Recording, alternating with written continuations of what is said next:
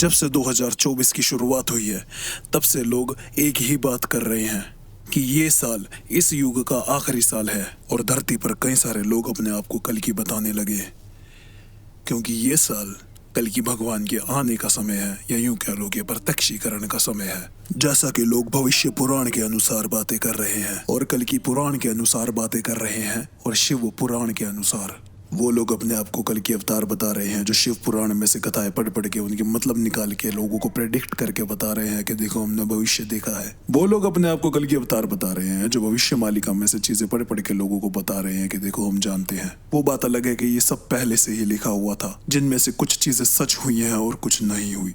वो लोग अपने आप को भगवान कल की बता रहे हैं, जिनका पेट उनकी बातों से ज्यादा बड़ा है। वो लोग अपने आप को कल की अति महारथी योद्धा बता रहे हैं, जिन्हें लड़ना भी नहीं आता।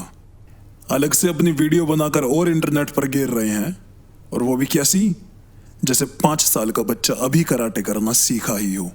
जब चारों तरफ ऐसी बातें हो ही रही हैं तो मैंने सोचा मैं भी एक वीडियो बनाकर डाल दूं।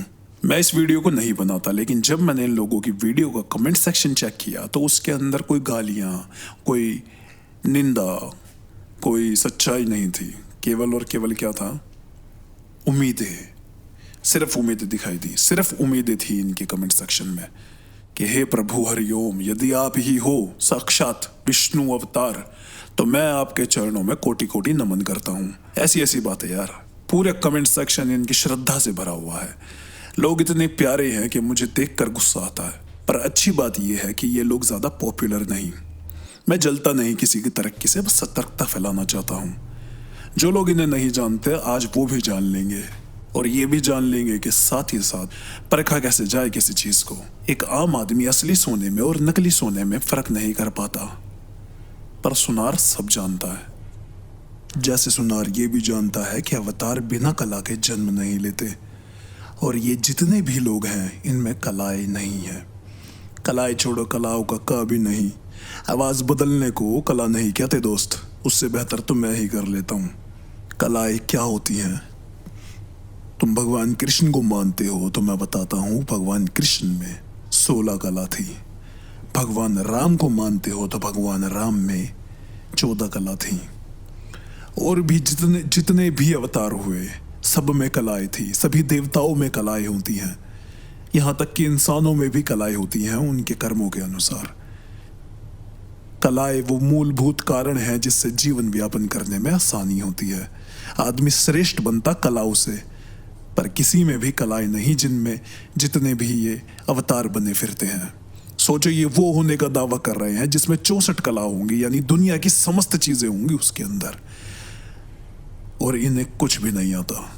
इनसे मंत्र ठीक नहीं पढ़े जाते, इनसे ज्ञान ठीक नहीं दिया जाता, इनसे शंख नहीं बजता, इनसे जादूगरी नहीं होती, इनसे एक्सरसाइज सही तरह से नहीं होती, इनसे लड़ाई ठीक तरह से नहीं होती, इनसे तलवारें नहीं चलती, इनसे किक्स नहीं मारी जाती, इनके पंचेस गलत हैं, इनका पोस्चर गलत है।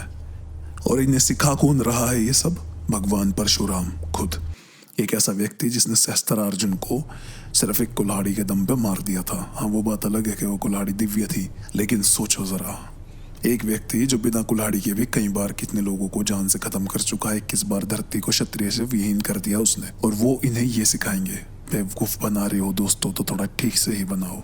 तुम्हारी बातें और तुम्हारी हरकतों का कहीं पर भी मेल नहीं हो रहा है। सोचो, जिसे लड़ना नहीं आता, जो कि पहली नीड है एक अवतार होने की, एक पूर्ण अवतार होने की, एक क्रांतिकारी होने की, वो कैसे अवतार हो सकता है, या कैसे वो कल की अवतार हो सकता है? तो पहला झूठ तो आपका यहाँ खत्म होता है दोस्तों। अब दूसरा जो सवाल उठता है वो ये है कि सौंदर्य कला। मैं सिर्फ उन कलाओं के बारे में बात करूंगा जो बेसिक है, जो किसी के पास भी हो सकती है, जो अवतारों की छदम से छदम अवतार में देखने को मिल जाती है। सौंदर्य कला ऐसी चीज है जो आपको हजारों लोगों के बीच में एक दिखा देगी। ये दावा करते हैं कि ये कृष्ण के अवतार हैं, ये पिछले जन्म में कृष्ण थे, ऐसा ये लोग अपनी वीडियोस में कह चुके हैं। और एक नहीं अनेकों लोग, कृष्ण जो सबसे सुंदर व्यक्ति हैं पूरे इतिहास के, उन्हें इस जन्म में धोती बांधनी नहीं आती। वो इस जन्म में अपनी सौंदर्य कला का त्याग करके आ चुके हैं। है ना कितनी हैरानी की बात, उन्हें पगड़ी बांधनी नहीं आती जिसके लिए कृष्ण जाने जाते थे। चलो, हो सकता है कि मैं शायद तुम्हें पहचान नहीं पा रहा क्योंकि मैं पापी आदमी हूं, जैसा कि कहानियों में लिखा है कि कल्कि को कोई नहीं पहचान पाएगा, क्योंकि कोई कृष्ण को भी नहीं पहचान पाया था। जैसे कल्कि इस युग में कुछ बताने ही नहीं आ रहे, अपना अस्तित्व जमाने ही नहीं आ रहे। खैर, इस बात को छोड़ देते, हम आगे चलते हैं। और कलाएं जो बचती हैं वो है सम्मोहन, जादूगरी, अन्नपूर्णा कला और आदि। लेकिन इन कलाओं की तरफ जाएं उससे पहले हमें एक चीज समझनी जरूरी है। क्या हमें इन लोगों के ऊपर इतनी बात करने की जरूरत है? क्या ये लोग इतना डिजर्व करते हैं? सोचो ना, ये लोग दावा करते हैं परशुराम अन्य लोगों को जानते हैं और इनके कर्म उस हिसाब के नहीं है। ये लड़ना नहीं जानते, यानी ये किसी को नहीं जानते, ये ज्ञान नहीं जानते, जो रहस्य है ये कभी नहीं बताते अपनी वीडियोस में, अपनी बातों में। ये कभी गलत को गलत और सही को सही नहीं बताते। पहला झूठ साफ। दूसरा कि ये वैसे दिखते नहीं, इनमें वैसी बात नहीं, वैसी कला है, वो अदा नहीं इनमें, वो देवता वाली वो बात नहीं।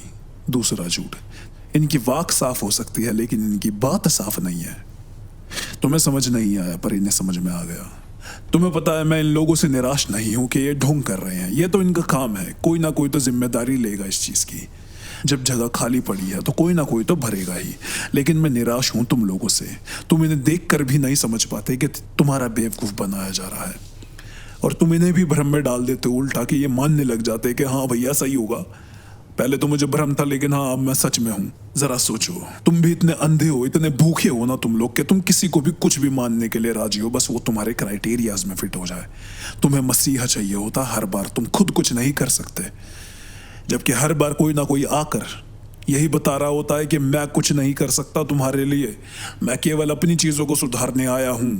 तुम अपनी लड़ाई लड़ो, अपने कर्मों की चीजें करो, चीजें वैसे ही बेहतर हो जाएंगी। लेकिन तुम हर बार किसी के लिए इंतजार करते रहते हो, आसमान को ताकते हुए कि तुम्हारा मसीहा आसमान से उतरेगा। लेकिन मसीहा पता है कौन बनता है? कौन है वो जिसे तुम हर बार देखते हो विष्णु अवतारों में? वो अपने बाप की एक ऐसी औलाद है जिसने 25 की उम्र के बाद अपने बाप को कमाने नहीं दिया। ये बात गहरी है, तुम्हें समझ नहीं आएगी। और जितने भी लोग बैठकर सिर्फ इंतजार करते हैं कि हमारे प्रभु आएंगे, हमारे प्रभु आएंगे, वो अपने बाप की सबसे घटिया औलाद है।